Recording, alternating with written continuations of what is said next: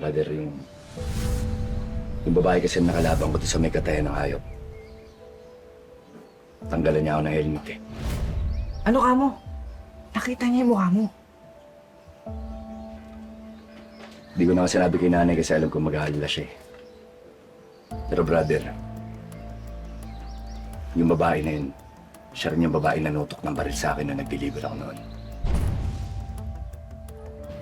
Kung ganong parts, nalulungkot ka pala dito eh. Umuwi na tayo. Hindi, bane. Ayos lang. Sama mo na muna ako dito kasi mas nangihina ako pagka nasa bahay lang.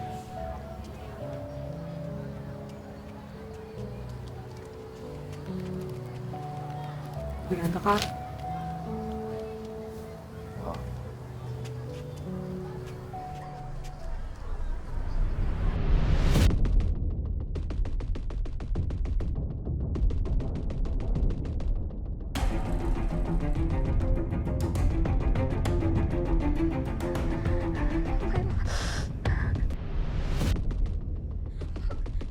Lumayo kayo! Lumayo ka!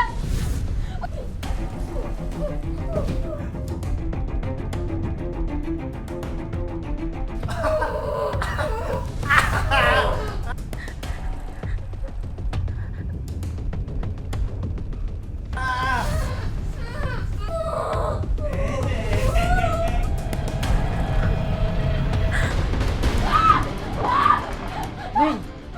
Ano nangyari? Napapanaginipan ko pa rin yung nangyayari sa akin. Paulit-ulit. Elias?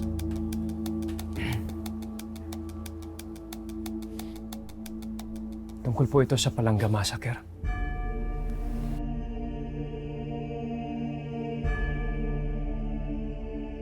Tungkol sa pagkamatay ng pamilya mo, Elias. Nandito ako para itama ang maling nagawa ko.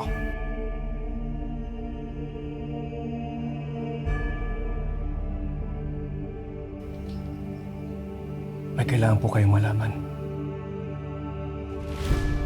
Malaki ang kasalanan ko sa inyong dalawa.